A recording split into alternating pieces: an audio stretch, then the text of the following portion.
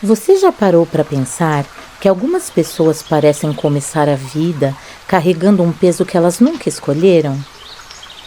Há pessoas que nasceram em meio à pobreza, ao abandono, às perdas ou às circunstâncias extremamente difíceis. E muitas vezes elas crescem acreditando que o seu futuro está preso ao seu passado. Mas existe uma história na Bíblia que nos ensina exatamente ao contrário. Esta é a história de Benjamim. Sejam bem-vindos ao Pra Você que está cansado. Eu agradeço mais uma vez por você decidir estar em minha companhia.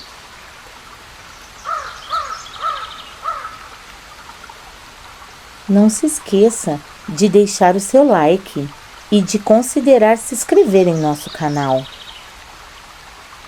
O nascimento de Benjamim aconteceu em um dos momentos mais tristes que foram registrados nas Escrituras. A sua mãe, Raquel, estava dando à luz durante uma viagem. O parto estava sendo super difícil. As dores aumentavam e ela percebeu que ela não sobreviveria. Naquele momento, olhando para o sofrimento que ela estava vivendo, Raquel tomou uma decisão. Ela chamou o seu filho que estava nascendo de Benoni. O significado deste nome era filho da minha dor, ou filho da minha aflição. E se a gente for sincero, o nome fazia bastante sentido. Aquele bebê havia chegado ao mundo cercado pela tristeza. A sua mãe estava morrendo. O seu pai estava prestes a perder a mulher que ele mais amava.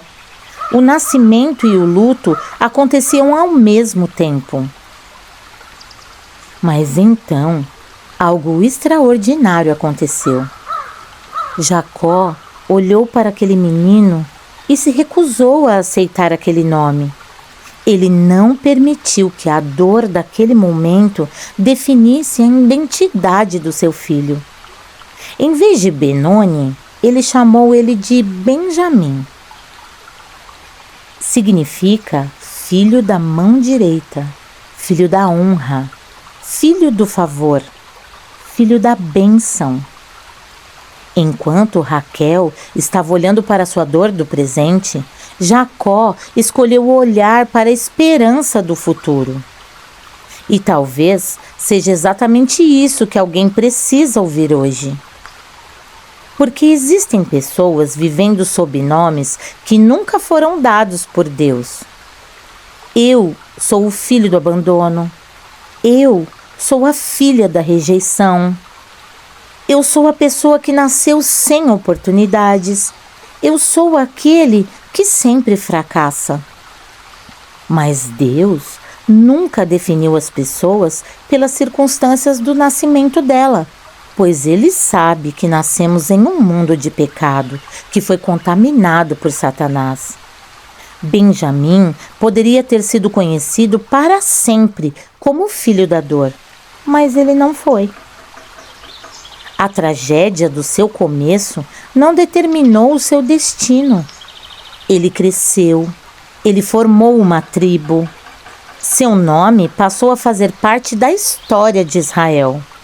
Séculos depois, reis e líderes surgiram da sua descendência. A dor esteve presente no primeiro capítulo da sua vida, mas não escreveu o livro inteiro.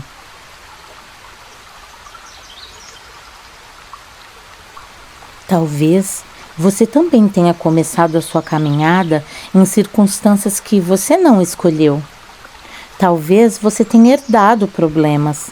Talvez você tenha enfrentado rejeições.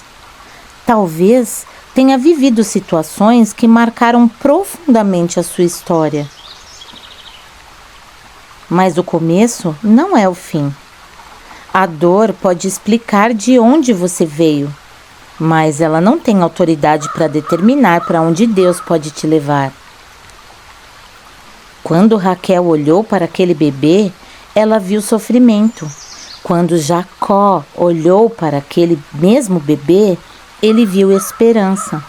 E quando Deus olhou para Benjamim, viu uma história que ainda estava apenas começando. Por isso, nunca permita que os capítulos difíceis da sua vida se transformem no título da sua história. Porque as condições do seu nascimento não definem quem você será.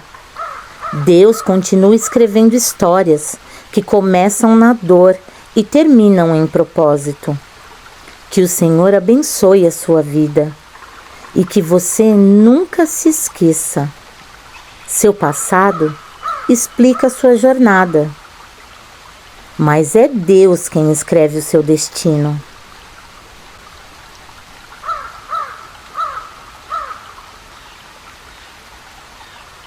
Sabe, existe algo maravilhoso sobre a maneira como Deus nos enxerga. Nós costumamos a olhar para aquilo que está faltando em nós.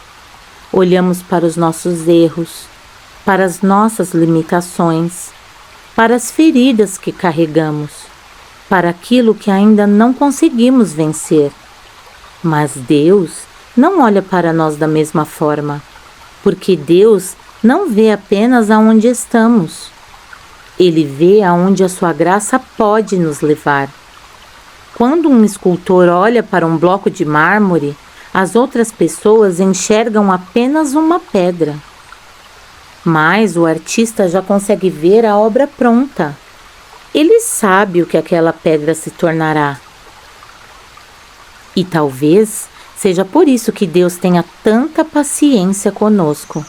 Porque Ele não está preso ao capítulo atual da nossa história. Ele já contempla a obra concluída. Quando Deus olhou para Abrão, Ele viu Abraão, pai da fé.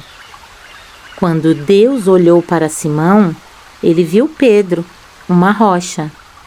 Quando olhou para Gideão, que se escondia com medo, chamou-o de homem valente. Quando olhou para Davi, ainda um pastor desconhecido, ele viu um rei. E quando olhou para Benjamim, não viu apenas um bebê nascido em meio ao luto. Ele viu uma história que ainda seria construída. Talvez hoje você olhe para si mesmo e enxergue apenas as suas fraquezas. Mas Deus não se surpreende com aquilo que ainda precisa ser transformado. Porque Ele já sabia de tudo isso quando Ele decidiu amar você. Ele conhece o começo, Ele conhece o meio e Ele conhece o fim da sua história. Nada está escondido diante dEle e mesmo assim, Ele continua trabalhando. Talvez você se sinta uma obra inacabada e a verdade é que todos nós somos. Mas uma obra inacabada não é uma obra abandonada. O fato de você ainda não ter chegado aonde deseja não significa que Deus está desistindo do processo. Existe uma diferença entre estar em construção e estar destruído. Há pessoas que olham para si mesmas e dizem: eu estraguei tudo. Eu não tenho mais jeito. Eu perdi tempo demais. Mas Deus é especialista em terminar algo que Ele começou. A Bíblia diz em Filipenses 1:6: aquele que começou a boa obra em vocês há de completá-la até o dia de Cristo Jesus. Perceba, não é você quem sustenta a obra, é Deus. Não é você quem escreve a sua história sozinho, é Deus. Não é a dor que terá a palavra final. Não é o fracasso, não é o medo, não é a rejeição. Não é aquilo que fizeram contra você que vai definir a sua história. Quem define a sua história é Deus. E talvez seja por isso que tantas vezes nós nos sentimos frustrados conosco mesmo. Porque nós avaliamos a nossa história pela versão atual, enquanto Deus já contempla aquilo que a sua graça vai produzir no futuro. Nós nos vemos apenas como sementes. Deus nos vê como árvores. Nós nos vemos como barro. Deus vê vasos prontos. Nós vemos lágrimas. Deus vê testemunhos. Nós vemos cicatrizes. Deus vê marcas da sua fidelidade. Nós vemos capítulos difíceis. Deus vê a história completa. Por isso, não tenha pressa com o processo. Quem começou a boa obra em você não perdeu o controle dela. Talvez hoje existam áreas da sua vida que parecem inacabadas, mas Deus nunca abandona uma obra que leva a assinatura dele, porque aquilo que começou pela graça será aperfeiçoado pela graça. E quando tudo estiver completo, você perceberá que Deus sempre enxergou em você algo que você ainda nem conseguia ver em si mesmo. Espero que você tenha gostado dessa reflexão. Mais uma vez agradeço por ter permanecido comigo. Se você chegou até aqui, não se esqueça, escreva "Eu permaneci" para que eu saiba que você gosta desse tipo de vídeo. Os próximos minutos, você já sabe. Eles são reservados para que você tenha a sua própria comunhão com Deus, para que possa ter um sono tranquilo. Uma boa noite.